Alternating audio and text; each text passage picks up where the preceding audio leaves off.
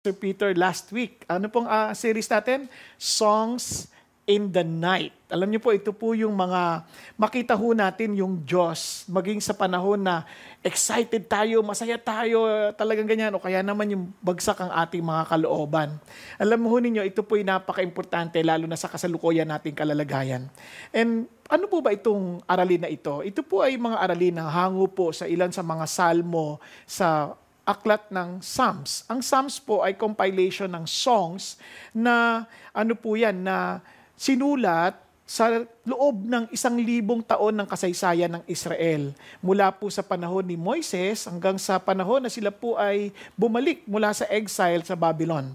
At ito po ay mula sa salitang Grego na ang ibig sabihin po ay awitin na inawit na meron pong pag-aakampanya ng instrumentong, yung mga string instruments. No? Ito po ay ginagamit nila para ho sa pagsamba sa templo. Kaya ang tawag nila dito ay temple hymn book. Ngayon po, alam po ninyo na ang Diyos ay Diyos ng musika. Alam niyo kung meron ho tayong maintindihan about God, He is a God who loves music. And alam niyo kung bakit? He inhabits the praises of His people. Sabi nga ho sa Psalm 150, if you have your Bible with you, sabi niya, praise Him with trumpet sound, praise Him with harp and lyre, praise Him with timbrel and dancing, praise Him with string instruments and pipe, praise Him with loud cymbals, praise Him with resounding cymbals. Let everything that has breath praise the Lord.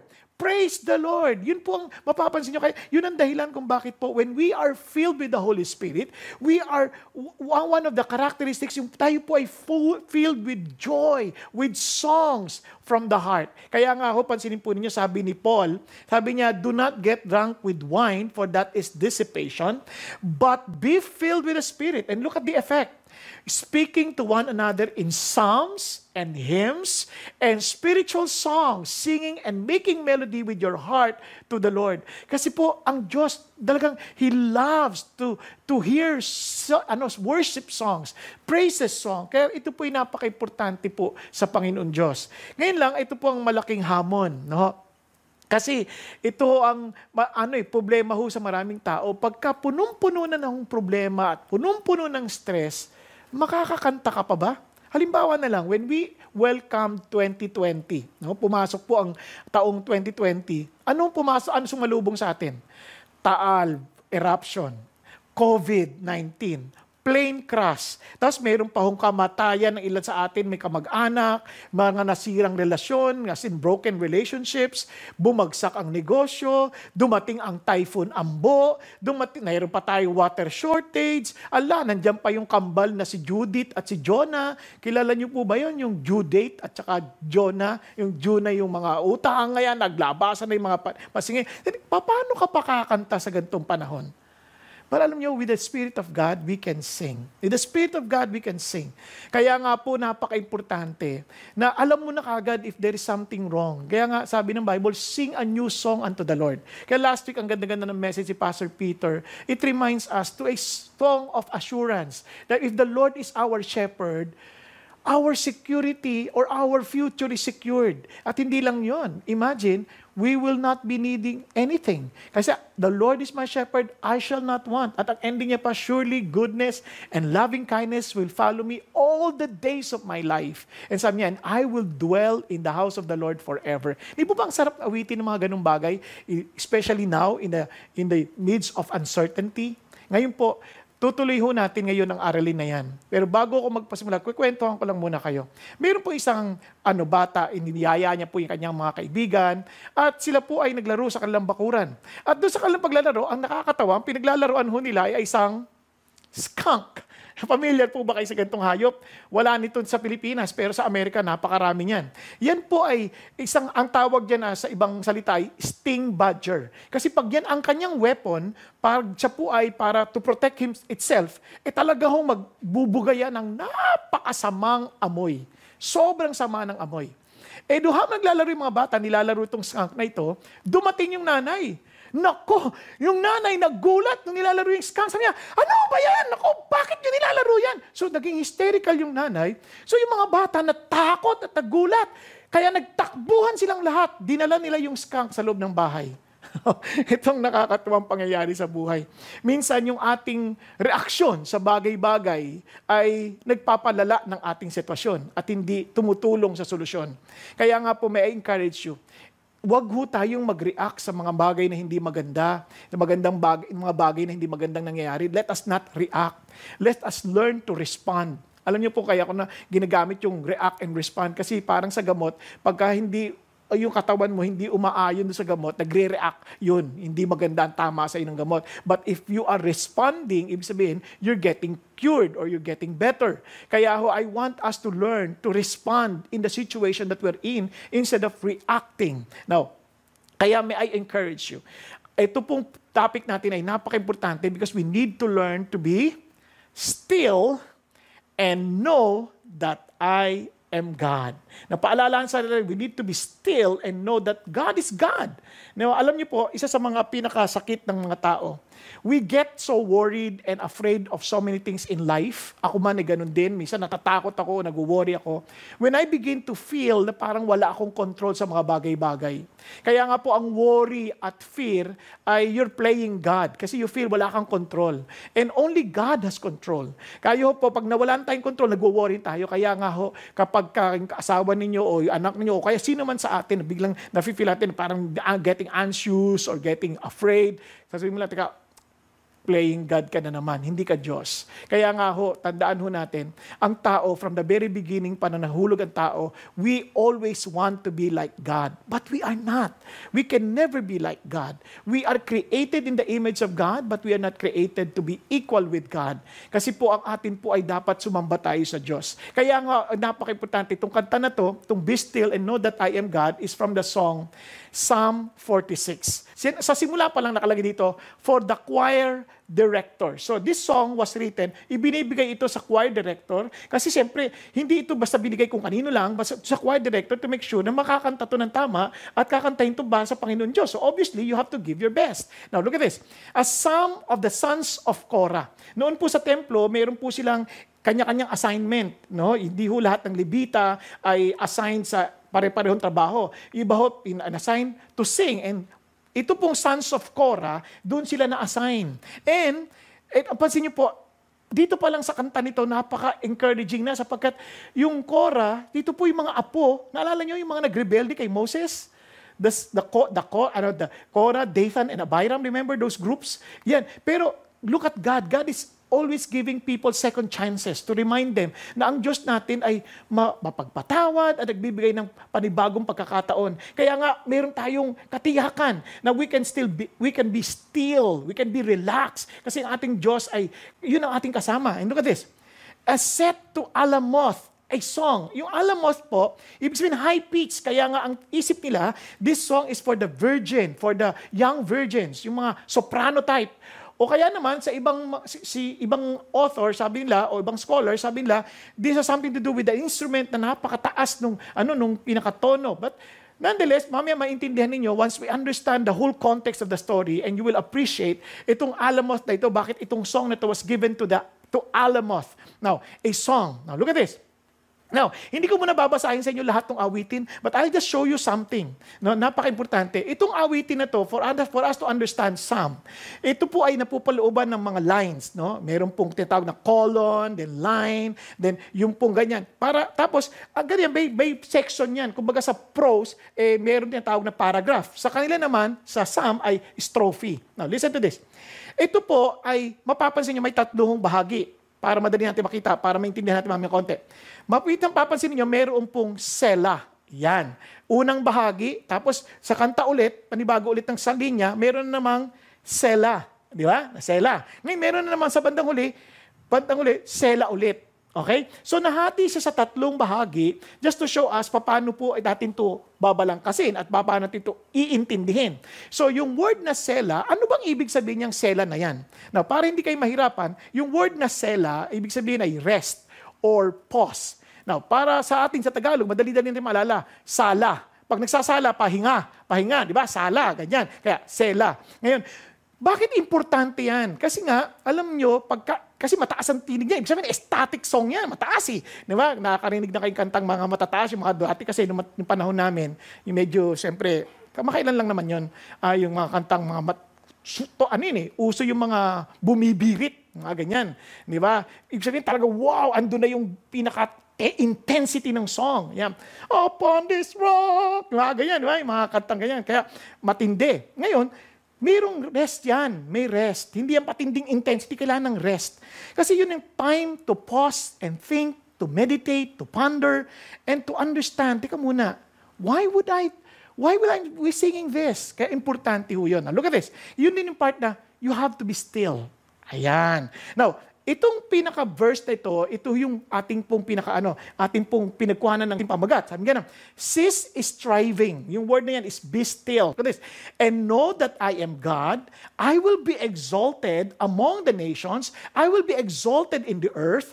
The Lord of hosts is with us. The God of Jacob is our stronghold. Selah. Now, yung pong word cease striving, as I've said, ito po ay be still. Kaya be still. Ano ibig sabihin ng be still?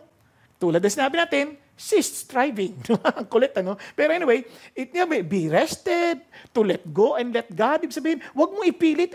May mga bagay na hindi natin kasakop ng ating control, but we have to let go and let God. Then sabi niya, stop fighting. Parang huwag mo na awayin ng Diyos. Huwag mo naman. You better surrender. You submit to God's ways. Huwag mong pilitin yung gusto mo. You have to submit to the ways of God. You have to surrender because He will be exalted. Ito pong be still, hindi ito yung puntong magpakatamad ka na. Yan, tamad ka na. Hindi ganon.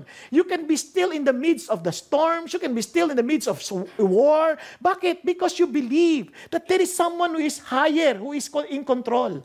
Now, naalala ko po tuloy, there was a farmer who was looking for someone to help him do sa kanyang trabaho. So, nag-hire siya, nag-add siya sa dyaryo para kumuha ng mga manggagawa na tutulong sa kanya. Now, itong problema, walang gusto. Kasi yung kanyang farm, malapit sa Atlantic, malapit sa karagatan, pag binagyo talagang ang hirap alagaan. So, finally, there was a payat na lalaki, maliit, no? Tas medyo may edad na, hindi naman matanda, yung siguro mga 40s, kanyan. So, imagine niyo na lang akong payat. Sigurado, hindi ako yon kasi mas matanda ako doon eh.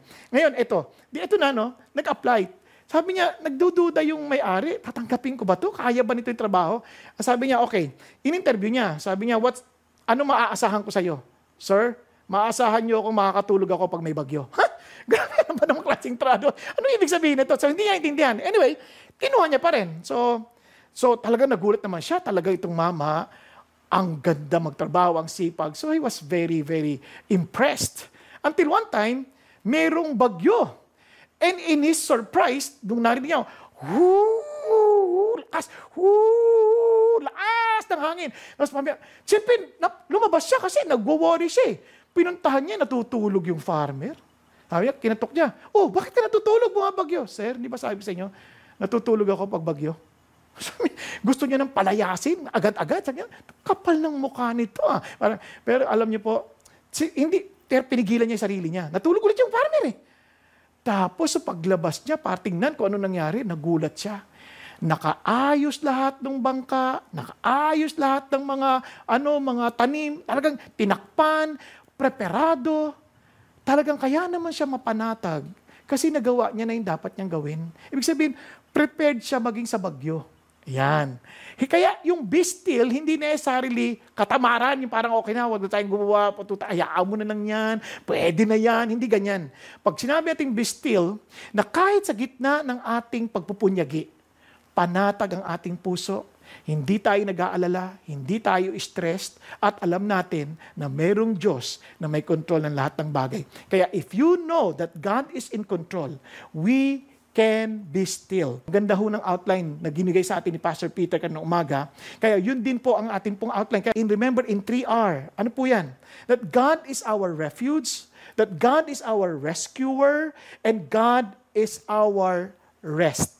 Alam niyo ho, habang iniisip ko yan, ito ho ang naalala kong bigla, that we have to stay safe, stay with God because He is our what? SAP. Naalala nyo na yung mga tao po nagkakagulo because of their social amelioration program. Yung iba hindi nakakatanggap. Yung iba parang hirap na hirap, lungkot na lungkot. Yung iba hindi sila qualified. Lungkot na lungkot. Ang sama, stress na stress. Pumipila na maaga. But you know what?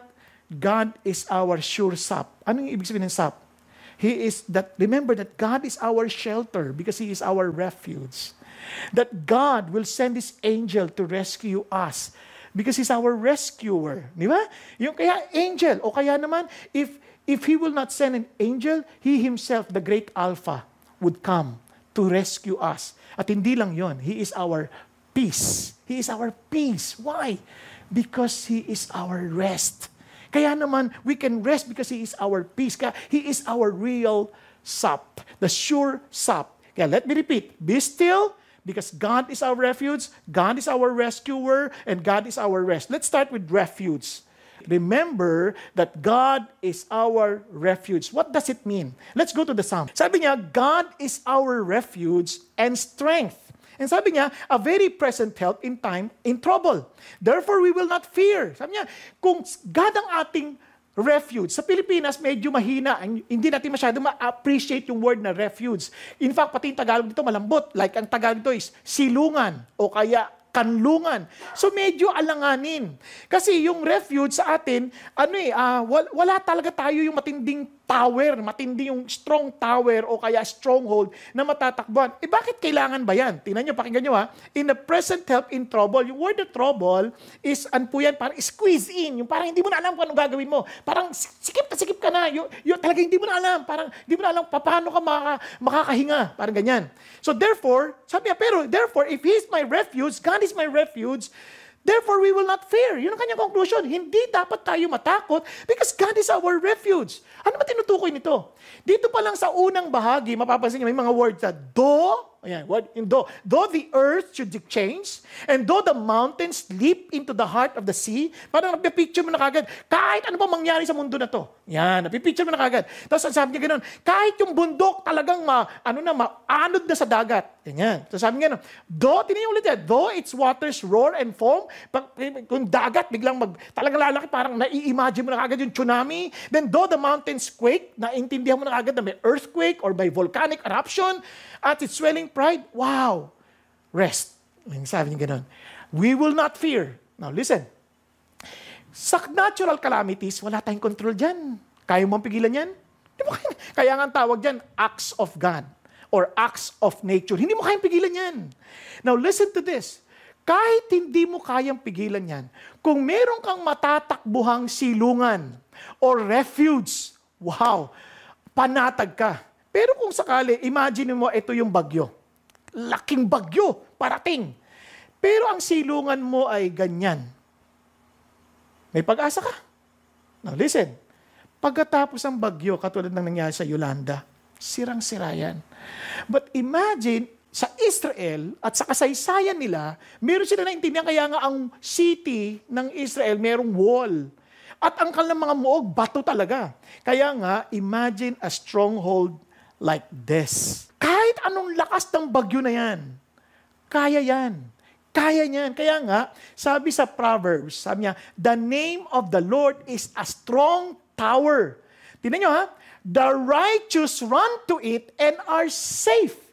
Friends, when we say that our God is our refuge, pag may bagyo, may kalamidad beyond our control, itong assurance natin, may tatakbuhan tayo. Kaya nga the righteous run to it. Kaya alam nyo, if God is our refuge, may matindi kang problema, hindi mo kontrolado, wow, saan ka tumatakbo?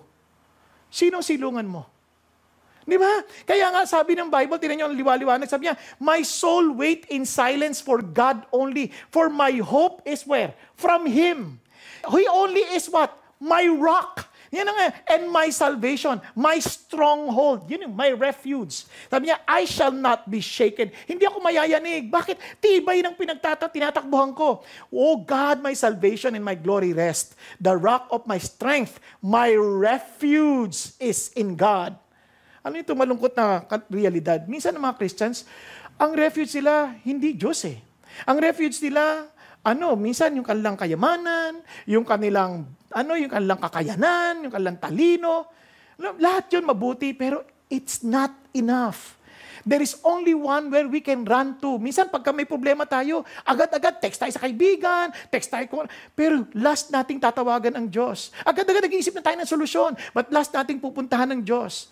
Because we easily forget who is our real refuge. Sino talagang ating silungan, sino ating kanlungan. Now look at this. Kaya trust in Him at all times. Kaya when we say, God is my refuge, we trust in the Lord at all times. Hindi lang sa good times. Hindi na, but at all times. Look at this. Oh, people, pour out your heart before Him. That's how you show your trust. You pour out your heart before Him. Saan yung binubuhos ang ating puso? If we're broken-hearted, kanina natin binubuhos ang ating puso? Kanina natin ito binubuhos? Kasi sabi ng Panginoon, when you sing to God, God is my refuge, you are reminding yourself, Lord, I run to you, I trust in you, I pour out my heart in you. And sabi niya, God is a refuge for us. Naalala ko po, 2 weeks before my board exam, I was broken-hearted. Pero yung mag-i-exam ka na lang, broken-hearted ka, paano ka makaka-concentrate? Ang hirap. Kaya nung time na yon, worship po ako sa Diyos. Talagang, ang amazing na, meron pang uso pa nun yung tape pa nun. Hindi nyo alam yung tape no?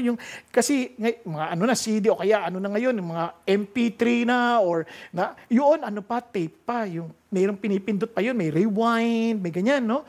So, nung nandun ako, hindi ako maka-worship, hindi ako makakanta. So, I need help. So, pinlay ko yung, yung tape recorder, yung tape player.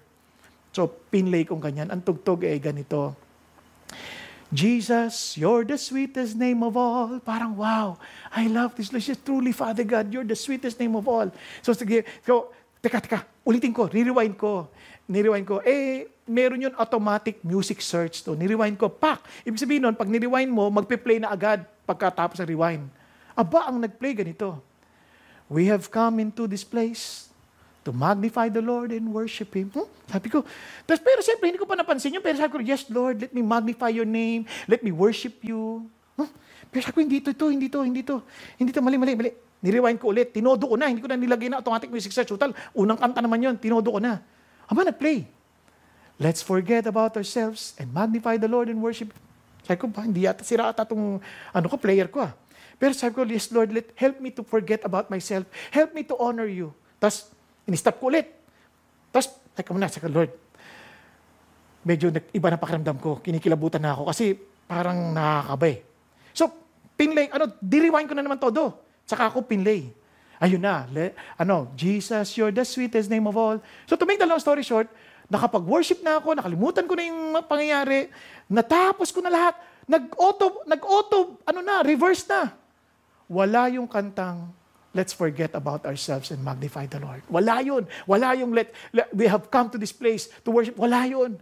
Talaga sabi ko, Panginoon, pinupuri kita. Ang aga-aga ko nagbihis, pumunta na ako sa service, sarado pa pala yung building. Kasi sobra kong parang, Lord, I just want to honor you. And you know what? I surrendered my feelings to God. I poured out my heart to God. And this is the wonderful part. Pagpunta ko doon sa review, dahil para ayusin yung mga papel, nakita ko yung babae. And you know what? I remember the girl, but I don't remember the feelings anymore. And true enough, I was delivered. And itong pinamagandang parte, I passed the board exam, and she did not.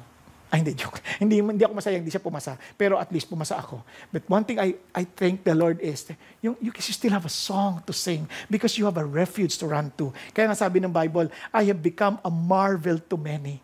Kaya yung iba nagtataka, ano meron ka? Sabi niya, for you are my strong refuge. Now listen to this. Sa gitna ba ng mga problema natin pinagdadaanan, masasabi ba ng mga tao sa paligid natin, alam mo, nakakatuwa ka, ibang-iba ka.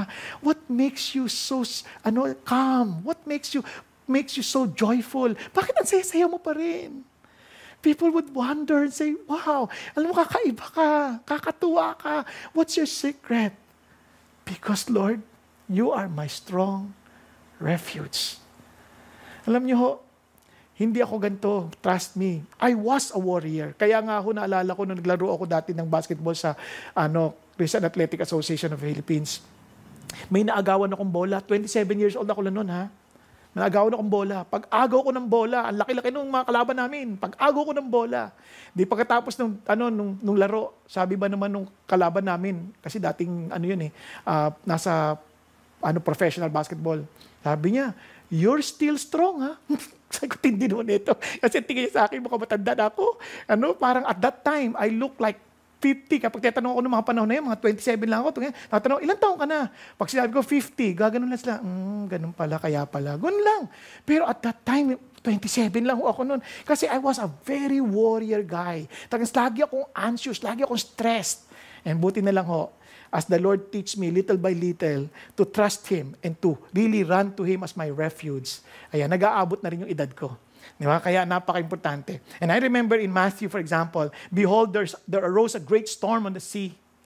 And so that the boat was being covered with the waves, but Jesus Himself was asleep. Si Jesus is a very good example because He is our Lord. Biro niya natutulog lang habang ang lakas-lakas ng bagyo, ang lakas-lakas ng agos, nasa bangka sila. And sabi niya, and they came to Him and walked Him. Sabi ng mga alagad, dito mga fisherman na to, sanay sila sa dagat. Ano sabi niya? Lord, ligtas mo kami! Mapapahamak na kami! Anong sagot ni Jesus? Sabi niya, why are you afraid, you men of little faith? Ba't kayo natatakot? Ano ba kayo? Sabi niya, then He got up and rebuked the winds and the sea and it became perfectly calm. Because sinuway lang. At biglang, naging banayad na. Ano sabi ng Lord?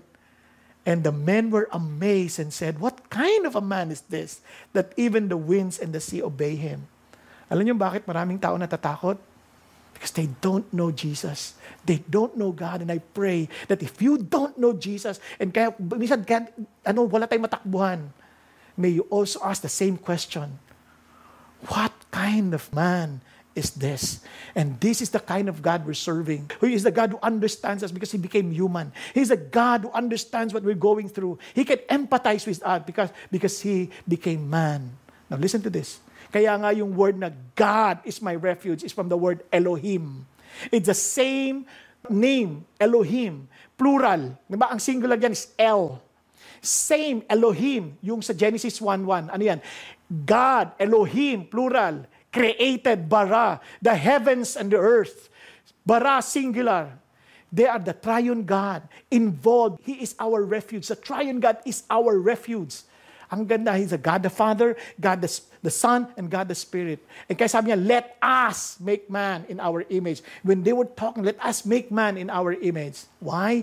Because there's one God in three persons. And that is the same God who's calling our refuge. Kaya nga, kita natin God and look at Jesus. If Jesus is in our vessel, ang sabi niya, with Christ in my vessel, I can smile at the storm. Why? Because He is our strong refuge. We can be still. Now listen to this. And sabi niya, we can be still. Why? Because He's our rescuer. He's our rescuer. Remember that God is our rescuer. He can send His angel. And He Himself, the Alpha.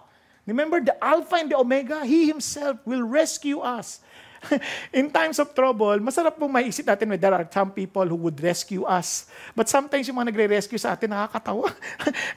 Yung parang kulang, hindi nila masapatan.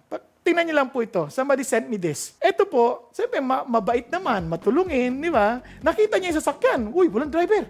Umaabante. So siyempre naisip niya, naku, kailangan matulungan ko ito. So ni-rescue niya, yung bagay sasakyan, nire-rescue niya para lang, para baka kumakasaan, mapadpad yan. So kumuha pa siya ng kalso. Talagang siya matulungin. Ang sarap ng gano'n, yung mayroon tayong mga kababayan na matulungin. Pero tingnan niyo naman po, di masayang-masaya na siya, na napatigil niya yung sasakyan. Ayan, tingnan niya, walang driver. Ayun. Ayan, hindi niya alam.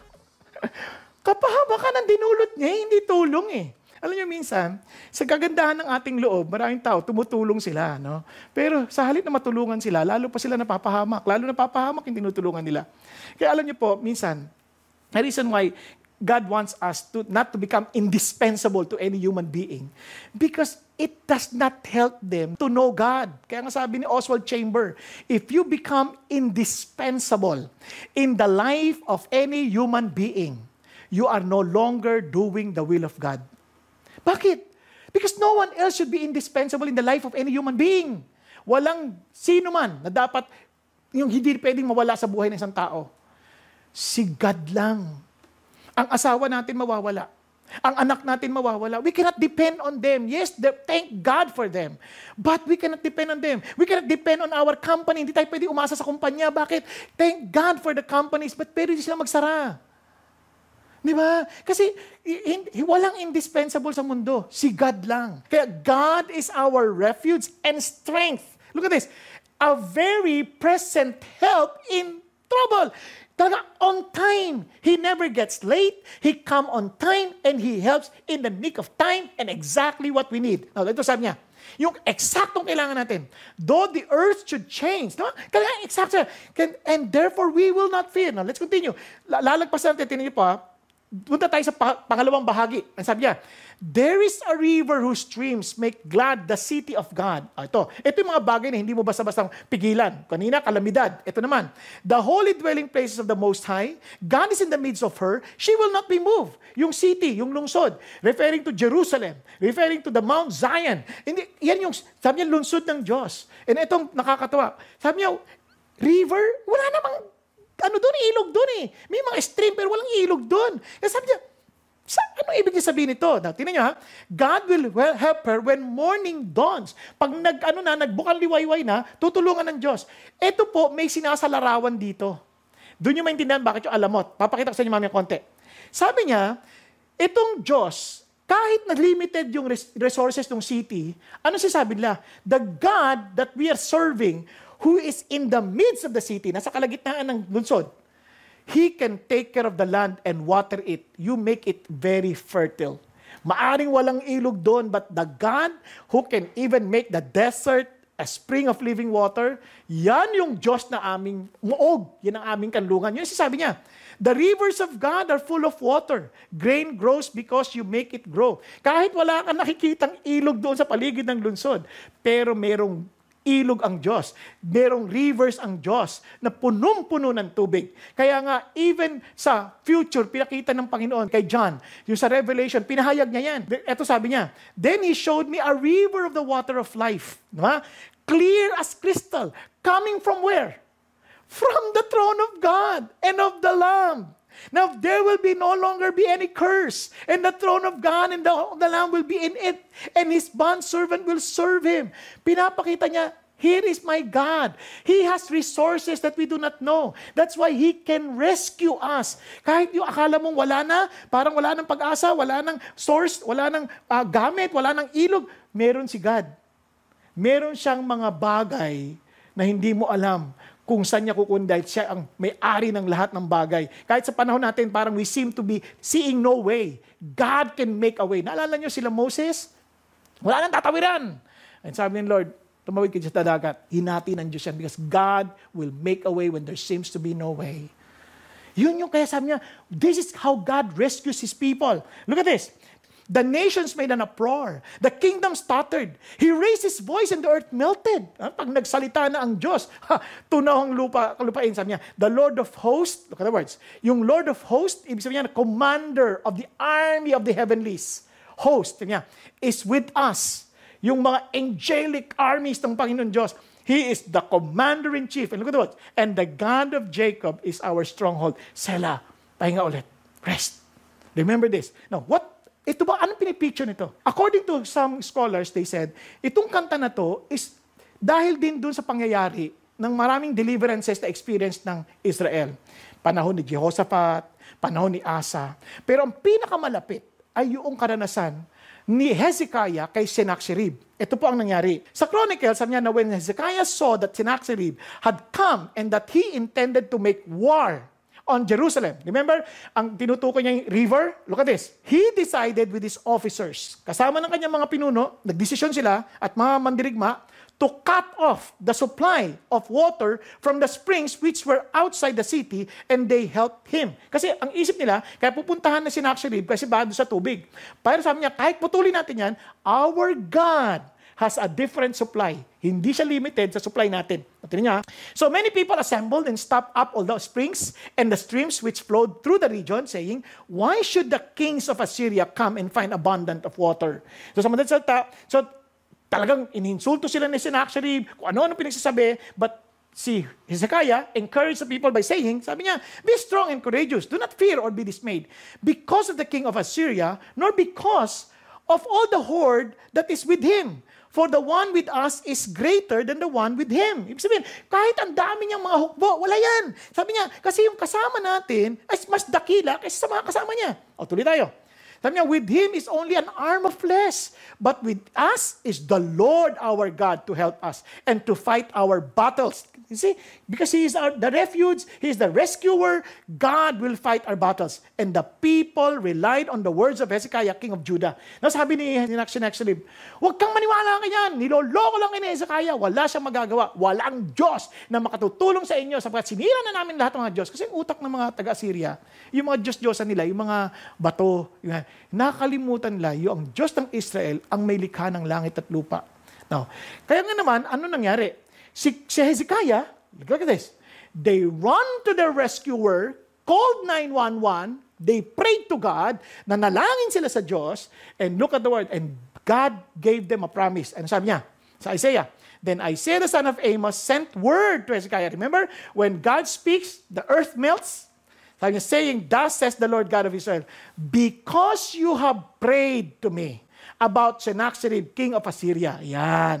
Dahil tumawag ka sa akin, alam nyo, God rescues us, but somehow God is there. Kung ako pinagtitiwalaan mo, ang tanong ko sa'yo, tatawag ka ba sa akin?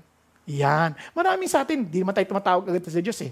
Minsan we put God as our last resort, and yet we say, He is our refuge, He is our rescuer. Kung talaga siya yung rescuer natin, siya ang unang tatawagan natin. No, tinan niyo sabi ni Isaiah, ang daming sinabi ng Panginoon. Pero sabi niya, tinan niyo ha, "This is the word that the Lord has spoken against him.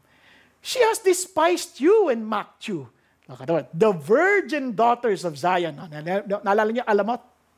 The young virgins with the high tone singing.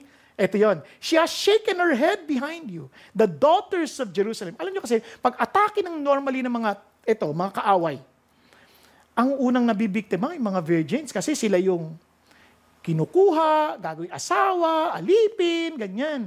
At talagang ginagahasa. Kaya taga wala silang awitin. But this time, you can give this song to the Alamoth. You can give this song to the young virgin because I just want to assure them that I will rescue them. Di ba? Sarap. Natuloy tayo. Tingnan nyo ha. "Therefore, thus says the Lord." Nagsalita ng Diyos. "Concerning the king of Assyria, hindi siya makakapasok sa lungsod na to. Hindi siya makakapana. Ng pana rito." Sabi niya, "For I will defend this city to save it for my own sake."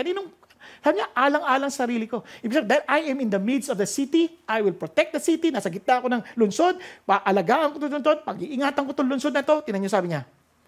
"Then the angel," remember the Lord of hosts? The commander-in-chief of all the angels? Now listen, isang anghel lang ang kailangan mo. "The angel of the Lord went out and struck 185,000 in the camp of the Assyrians. And when men arose early in the morning," remember, at the break of dawn, God helps you. Kaya early in the morning, pagbukang liwayway, behold, all of this were dead. Ano sabi ng kanta? God helps you in the break of dawn. Tutulungan, pakikita mo ang tulong ng Diyos pagbukang liwayway. Exactly as he said in this particular passage. "Lord, you have been my refuge, a strong tower against the enemy." Yun ang sinasabi ng Diyos. Why? He is our rescuer. Amazing God. Naalala ko po yung kwento ng isang babae na itong babae na po ito, talagang may anak po siya, 5 years old. Kwento po ito ni Ashley, yung kanyang anak. At itong bata to 5 years old pa lang siya noon, pero nung malaki na, nung kinikwento niya, siyempre, naalala niya po yung mga pagkakataon na talagang she was struggling. Kasi nakita niya yung nanay niya. Sabi ng doktor, "You know what? Hindi ka mabubuhay." Listen to this. "Hindi ka mabubuhay kung di namin puputulin yung paa mo." Dahil, sabi niya, meron daw sakit, parang merong infection, at dahil doon, kinakain yung paa, kapag hindi pinutol, mamamatay yung nanay. Ayaw pumayag ng nanay. Sabi niya, hindi ho. Pero ganun pa man, dumating na yung mga magulang ng nanay, yung lola ni Aisley, ganun pa rin sabi niya, kailangan, wag lang tayong panahon, pag-usapan pa yan, hindi na namin mapapaliwanag sa inyo bakit kailangan tanggalin yung paa. Tapos umiiyak na po. Tapos gusto nilang alisin na yung bata, ilabas sa kwarto. Tapos sabi nung nanay, sandali lang, pwede ka bang hawakan sandali anak ko? Nilagay niya sa dibdib. Sabi ni Ashley na naaalala ko pa yung tibok ng puso ng nanay ko at nakatitig ako sa kanyang mga muka. At ang nanay ko walang luha, walang takot.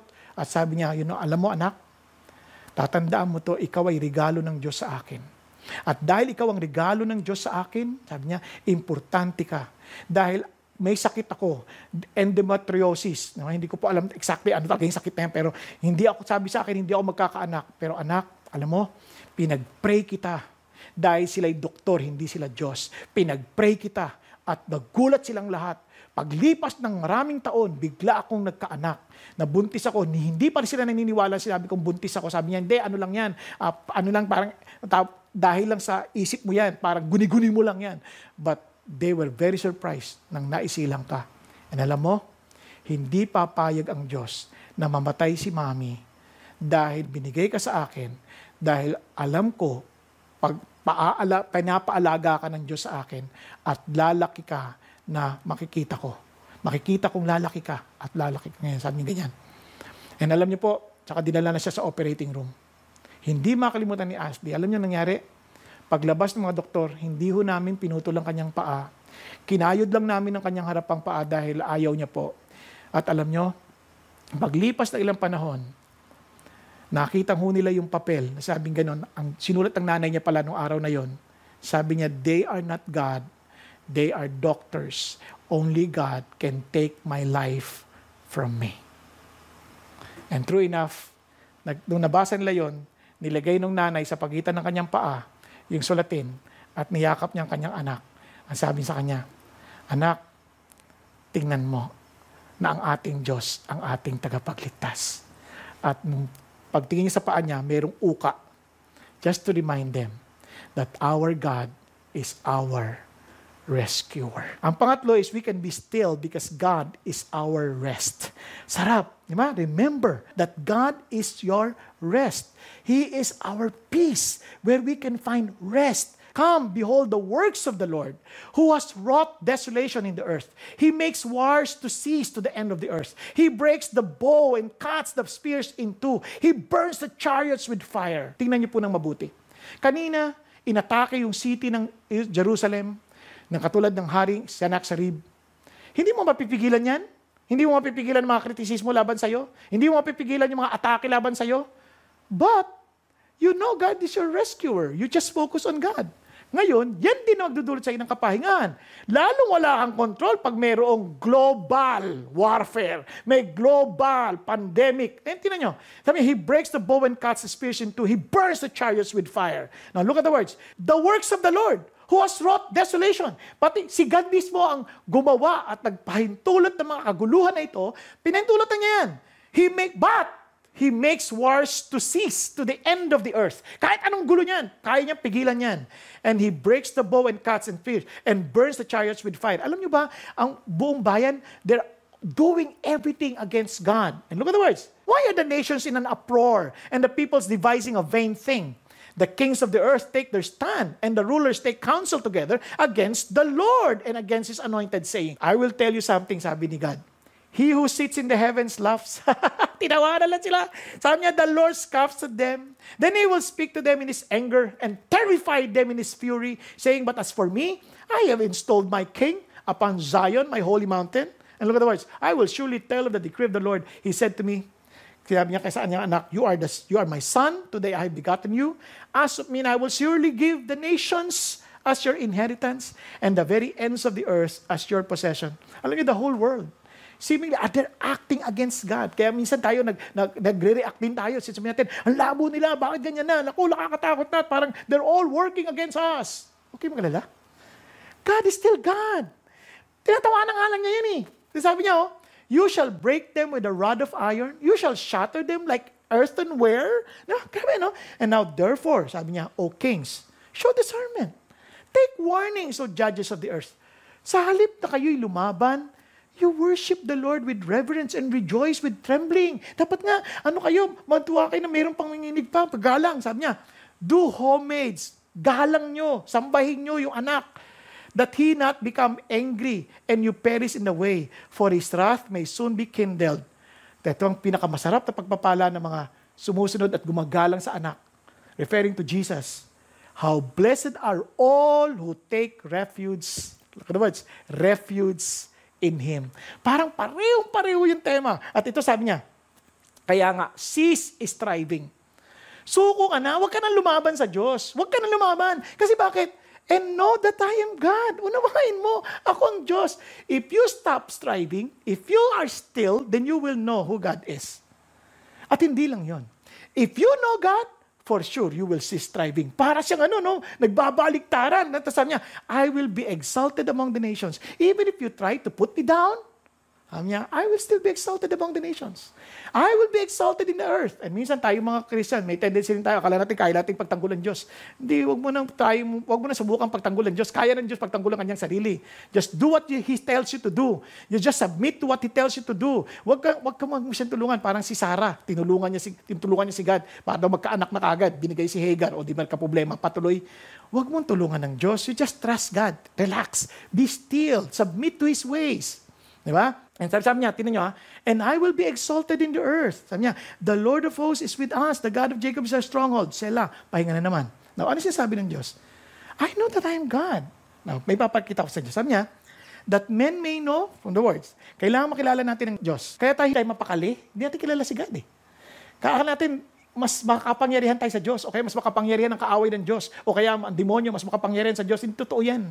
Ang Diyos, ang pinakamakapangyarihan, walang makapananaig sa Kanya. Kaya sabi nga no? That they may know that from the rising to the setting of the sun, that there is no one besides me. Wala. I am the Lord. Grabe, no? And there is no other. The one forming light and creating darkness, causing well-being and creating calamity. Can you imagine? Pati si Satanas, he cannot do anything. Magpapaalam yan to bring calamity. Pero kung hindi papayagan ng Diyos, wala siyang magagawa. But when God tells him, gawin mo, yan, creating calamity, si God pa rin yun. Bakit? Papayagan niya lang. O sige, go, gawin mo. Katulad ginawa niya kay Job. Kaya sabi, I am the Lord who does all this. O, di ba? Si God lahat ang may kagawa. Ibig sabihin, I am in control. Ganda rin, sinabi sa Daniel, sabi niya, all the inhabitants of the earth are accounted as nothing. Lahat ng naniniraan sa mundo. Wala yan. Sabi niya, but He does according to His will. In other words, wala silang control sa Diyos. Kasi gagawin ng Diyos kung anong kalooban niya. In the host of heaven, diba? And among the inhabitants of the earth, no one can ward off His hand. Hindi mo pwedeng ganyan nilang kamay ng Diyos. Sabi niya, pag gagawin ng Diyos, gagawin niya yon. Hindi mo siya pwedeng pigilan. And say to Him, what have you done? Hindi mo pwedeng questionin ng Diyos, ano ginawa mo? Now, itong amazing sa atin mga Christians. Do you think akala natin ang problema para lang sa masasama o para lang sa mga hindi Christians? Hindi ho. Lahat ho yan, even us. God allows things. Ang pinagkaiba lang, pag inalaw ng Diyos para sa atin, ikabubuti natin yon because we love God. Pero kung hindi ka kabahagi sa pamilya ng Diyos, naku, hindi mo maintindihan kung ano yung mabuti at masama. Malilito ka. Bakit? Kasi wala kang assurance ng goodness ng Diyos. So listen to this. Kaya nga sa Hebrew, sabi ng Panginoon, for those whom the Lord loves, look at the words, He discipline.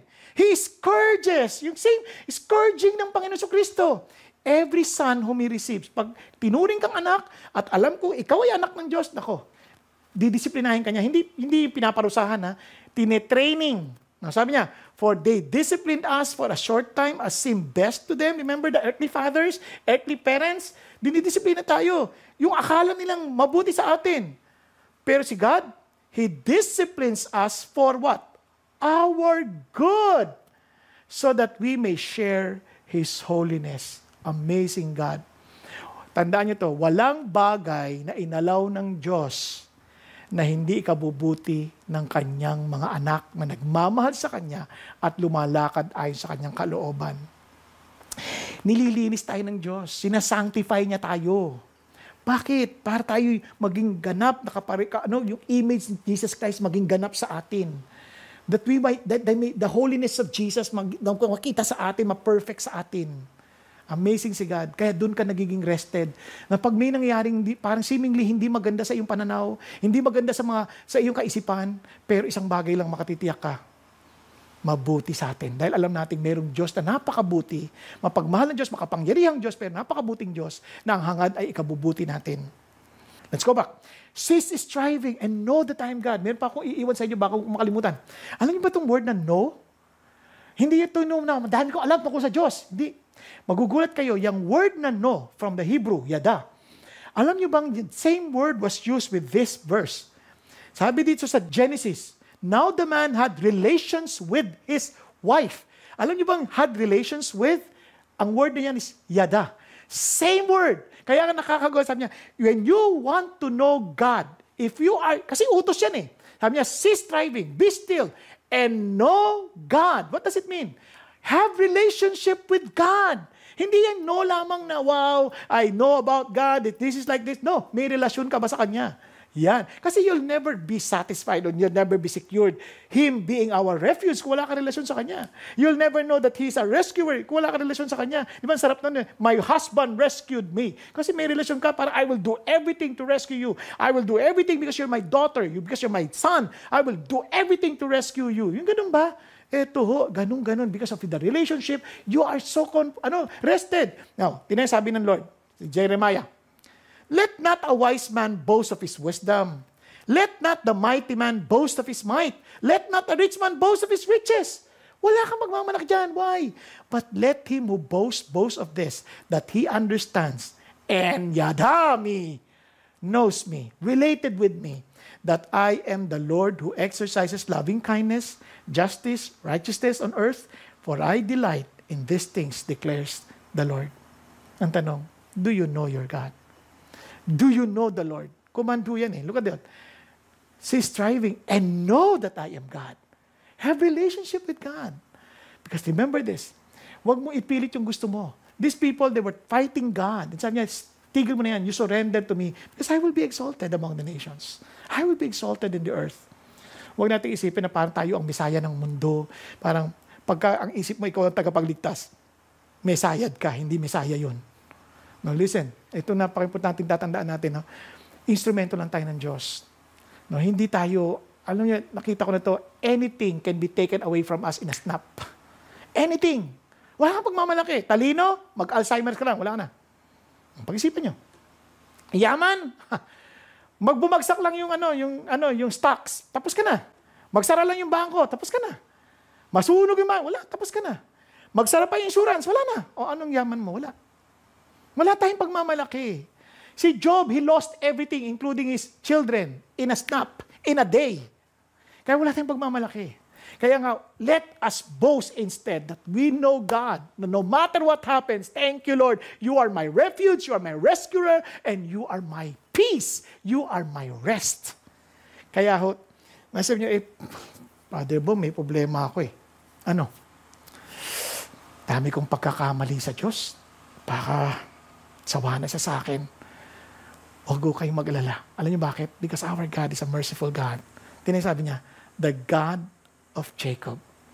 Sa lahat naman ng pangalan, ba't hindi man God of Abraham, at least a faithful friend? Ba't hindi man God of David? Di ba, a man after God's own heart? Bakit hindi naman God of Daniel? Di ba? No, talagang he set his mind not to compromise. Bakit naman Jacob? Sa lahat naman. Ba't naman Jacob? Meaning pa lang ng pangalan, Jacob, hindi man lang Israel ang ginamit. Bakit naman Jacob? Alam mo, ibig sabihin Jacob, manloloko. Bakit naman? Parang hindi nahihiya si God na magpakilala siya, ako ang Diyos ng manloloko na yan. Isipin niyo mabuti. And sabi ng Lord, is our stronghold Selah. Bakit yun? Alam niyo si Jacob, lahat ng naging problema sa buhay sa una, problema kagagawan niya rin. Niloko niya kapatid niya, kaya tuloy, muntik siyang patayin. Kaya takbo siya doon kay Laban. Pagdating kay Laban, pinagluloko naman siya ni Laban. Kawawan Jacob. Alam niyo, nakakagulat. Nung alam niya, lapit na siya sa Diyos, iligtas mo na, kailangan ko nang bumalik sa lupain, pero Lord, tulungan mo ako. Takot na takot siya kay Esau. Kasi baka patayin siya ni Esau. Nalo na laman niya na may 400 nakasama si Esau na sasalubong sa kanya. And you know what? Isang gabi, nung hindi niya na alam, pakalin, balisang-balisan na siya. Wala siyang pupuntahan. And here's the faithful God, our refuge. Siya mismo ang nagpakita kay Jacob at nakipagbuno kay Jacob. Hindi si Jacob, si God ang nakipagbuno sa kanya. And sabi niya ganun, sa kanilang pagbubuno, sabi niya, Lord, hindi kita pakakawalan, hindi mo pinagpapala. Lord, alam mong ginawa ng Lord, okay, pagpapalain kita. Pero anong pangalan mo? Bakit naman pangalan ang tinanong? Di ba? Bakit pa? Alam nyo, pag pangalan, halimbawa, ikaw ay Tigyawatin, ang pangalan mo ay Tigyawat. Di ba, ang hirap naman. Anong pangalan mo? Tigyawat po. Hindi mo masabi kasi totoo eh. Kung hindi mo masabi totoo, okay lang. Kaya totoo. Eto, anong pangalan mo? Bigla, totoo manloloko siya. Biglang, ibig sabihin, kailangan mo nang harapin kung sino ka. Jacob po. At yun, sabi niya mula ngayon, hindi ka na tatawagin Jacob, tatawagin ka ng Israel. For you have striven with God and with men and have prevailed. Wow! Ano sinasabi ng Diyos? You have started a new beginning in your life. No longer as a deceiver, no longer as a schemer, but this time, you are Israel, the Prince of God. Now, bakit ito sinasabi ng Diyos sa atin yan? Because our God is a merciful God, He gives everyone a second chance. In fact, many second chances. Kaya wala ho tayong, totoo lang, part ng ating bagyo, hindi lang yung global, part ng ating bagyo, yung ating kahinaan. But when that comes to us, sinong ating muog o kanlungang tatakbuhan? Takbo ulit kay God. Takbo ulit kay God. And you know what? I will just tell you something. You will never have the peace of God until you have your peace with God. Kaya nga ito ho yung ating panahon. Sabi niya, heed the sound of my cry for help, my King and my God. For to you I pray. Kasi pag sinabi mong you are my refuge, you are telling God, you are my King. Ikaw ang tinatakbuhan ko. You are my refuge. Paano ko nakita yan? Tingnan nyo. Sabi niya sa verse 11, but let all who take refuge in you be glad. Let them ever sing for joy, and may you shelter them, that those who love your name may exalt in you, na magdidiwang sa inyo. Now listen, if you tell God He's your refuge, you are also telling God, you are my King. If you tell God He's your rescuer, you're telling God, you're my King. If you tell God that He's your rest, then you find rest in your King. Is He your King? Now let me end with those few verses. Therefore, having been justified by faith, makasalanan, wala nang karapatan, but we were made as if we did not commit any sin. How? We have peace with God through our Lord Jesus Christ. Siya, yung muog na siya mismo nagligtas sa atin. Through our Lord Jesus Christ, we have peace with God, because you'll never experience the peace of God without having peace with God. Because we're enemies of God. Pag binasa nyo yung Romans 5, we were enemies of God. But because of the death of Jesus Christ, we were reconciled with Him. We became friends with Him. And look at this. Through whom also we have obtained our introduction by faith into this grace in which we stand, and we exalt in hope for the glory of God. Look at the words. And not only this, but we also exalt, look at the words, celebrating, nagdiriwang in our tribulation. Grabe, no? Knowing that tribulation brings about perseverance. Perseverance, proven character. Proven character, hope. Wow, tinan nyo. And hope does not disappoint us. Why? Because the love of God has been poured out within our hearts through the Holy Spirit. Kasi nyo, Jesus Christ, God the Father, the Holy Spirit, Elohim, the triune God, who was given to us. Wow! Kaya nga sabi ni Jesus, these things I've spoken to you, so that in me, you may have what? Peace. Rest. In the world, you have tribulation. Hindi tayo exempted sa gulo. Hindi tayo exempted sa mga problema. Hindi tayo exempted sa mga pangungutya, pang-insulto. Hindi tayo exempted dyan. But, take courage, for Jesus Christ, our refuge, have overcome the world. He's our victory. He's our victory. Mga kapatid, minsan si God na mismo ang magdadala sa atin sa refuge. Yung bagyo, itutulak niya tayo to get to the refuge. Kasi minsan, pariwara tayo eh. Kaya yung bagyo, siya na magtutulak sa atin doon. Para maranasan natin muli ang kaisipan, para maintindihan natin, Lord, wala pala ako talagang pupuntahan kundi ikaw lang. Kaya minsan yung mga ginagawa ng Diyos sa atin, hindi natin maintindihan sa una. But, one thing for sure, yung ginawa na ng Diyos magbibigay sa ating assurance of what He has in His heart for you and for me. Let me end with this. Sabi ho ni David Jeremiah, since Noah, bagyo, judgment day, God sheltered Noah and his family for 1 year in the ark until Noah emerged to become the father of all nations in the world. Kinanlong ng Diyos si Noah at ang kanyang pamilya, 1 taon, quarantine yun. Pero naging ama ng lahat ng bayan.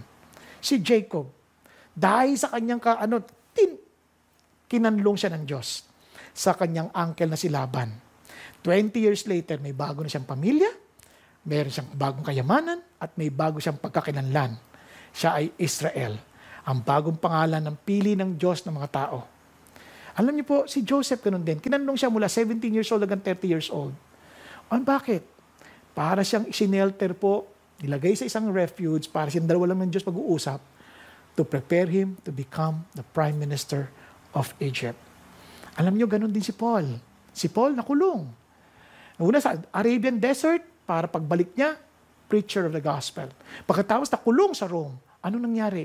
Pagkakulong niya sa Rome, pagkakataon niya to experience God in that shelter, in that refuge. Ano nangyari sa kanya? And he wrote Colossians, Philippians, Ephesians, and Philemon. Mga kapatid, maging si Jesus Christ, he was sheltered and placed in a tomb. And the third day, he rose again to bring salvation to those who believe in him. Kaya ano sabi ng Bible? You have been a defense for the helpless, Lord. A defense for the needy in his distress. Kaya hindi itong refuge ito, hindi pa sa mayaman lang. Madali sabihin, mayaman ka. Hindi. Galing ako sa hirap, nakita kong kamay ng Diyos. And sabi niya, a refuge from the storm, a shade from the heat, for the breath of the ruthless is like a rainstorm against a wall. Mayaman na mahirap, meron lang tayo isang muog. Si God. Kaya cease striving and know that God is God. And listen to this. Make sure that your character is free from the love of money, being content with what you have, for He Himself has said, I will never desert you. Hindi kanya iiwan. Hindi kanya pababayaan. The Lord is my helper. I will not be afraid. What will man do to me? Wala silang magagawa. And one thing na hindi natin makakalimutan, Jesus Christ is the same yesterday, today, and forever. Mga kapatid, sino ang iyong totoong muog at matatakbuhan? Let me end by saying again, cease striving and know that I am God. Be still and know that I am God. Si Tom Wiley po gawa ko kasi siya po ay nasa Peruvian jungle. At meron po siyang tanggap na telegrama dahil siya missionary doon. Sabi sa kanya ng Panginoon, yung kanyang tatay mag-aagaw buhay.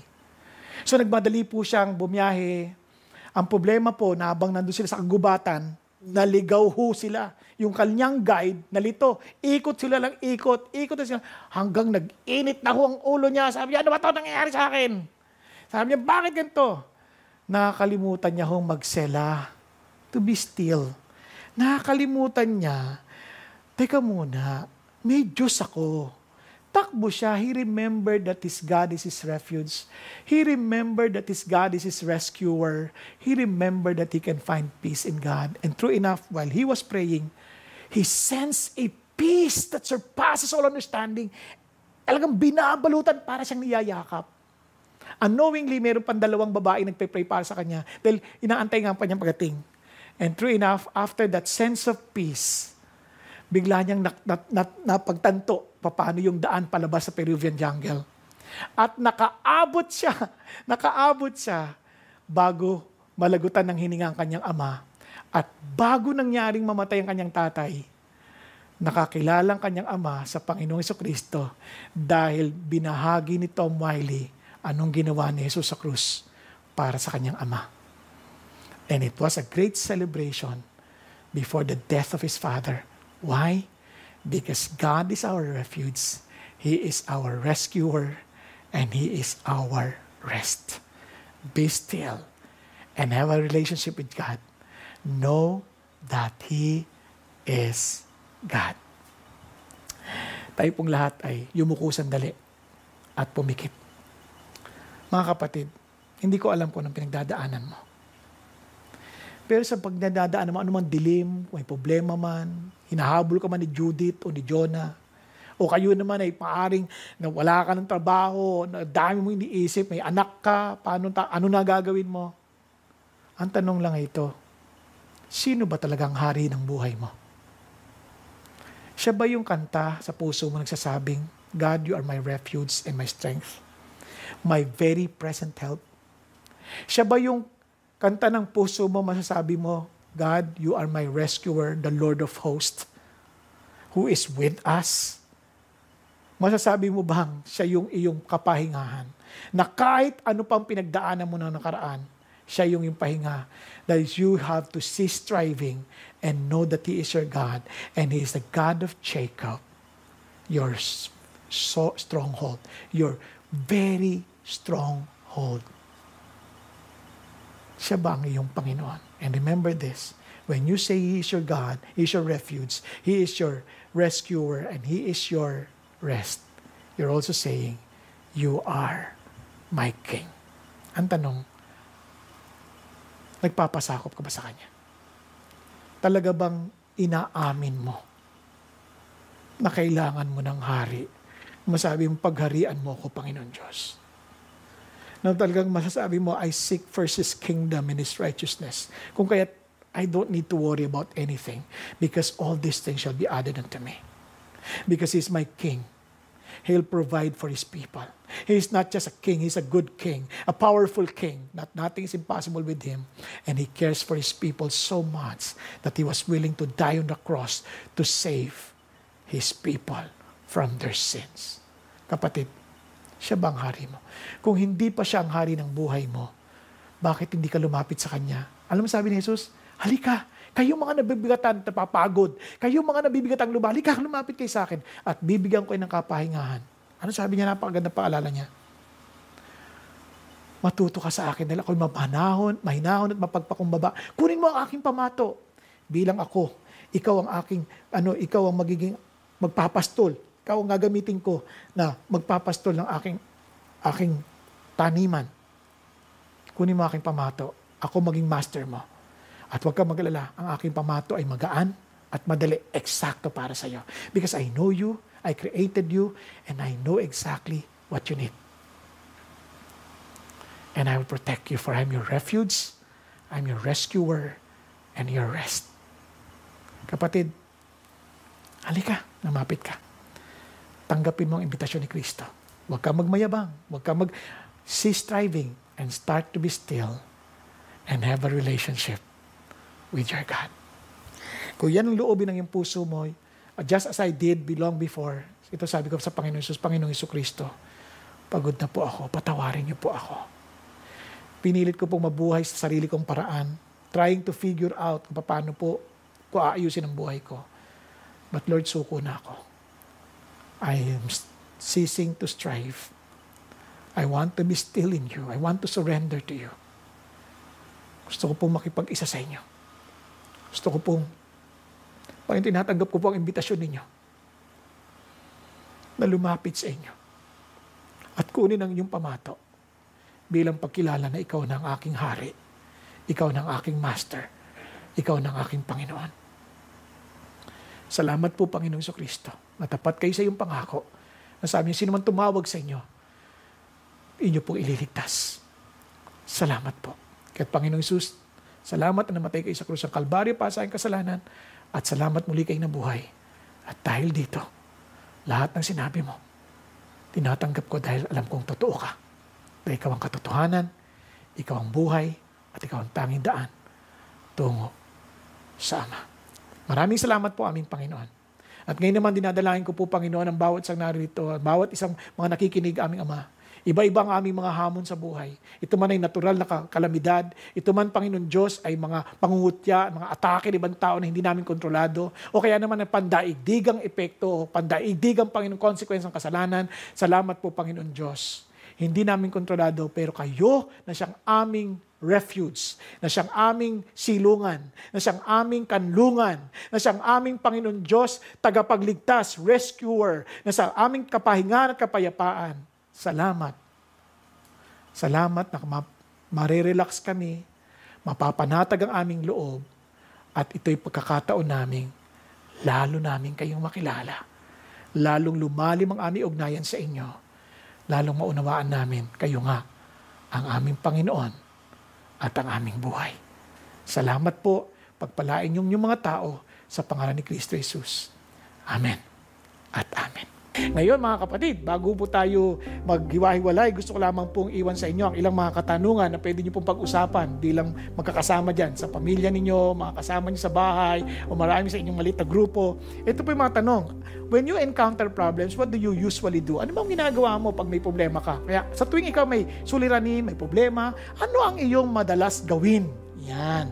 Ito naman, what makes you restless? Well, ano ang madalas na nagpapagulo ng iyong isip? Ano nagbibigay sa iyo ng mga alalahanin? Yan. Pag-usapan po ninyo. At marahil ito makakatulong sa inyo. Bakit importanteng makilala natin ang Diyos? No? Bakit mahalaga yon? At siyempre, anong pangako ang maiaangkin natin na pwede nating angkinin ayon sa awit 46 na siyang inaral natin kanina. So sana po ay itong aralin na ito ay makatulong sa inyo. At kung sakali naman gusto niyo po na mga-contact, na makakausap, magpe-pray kasama ninyo, at gusto niyo po na magkaroon kayo ng na makaka-fellowship, na lalo niyo makilala si Jesus o makilala si God na nagligtas sa atin. Now listen to this. Pwede niyo i-click sa baba. Hanap na po. Diyan po lang yan. At i-click niyo po. Kapag gusto niyo ng prayer, i-click niyo rin po. Just communicate with us and connect with us. And I'm telling you, we are one brother.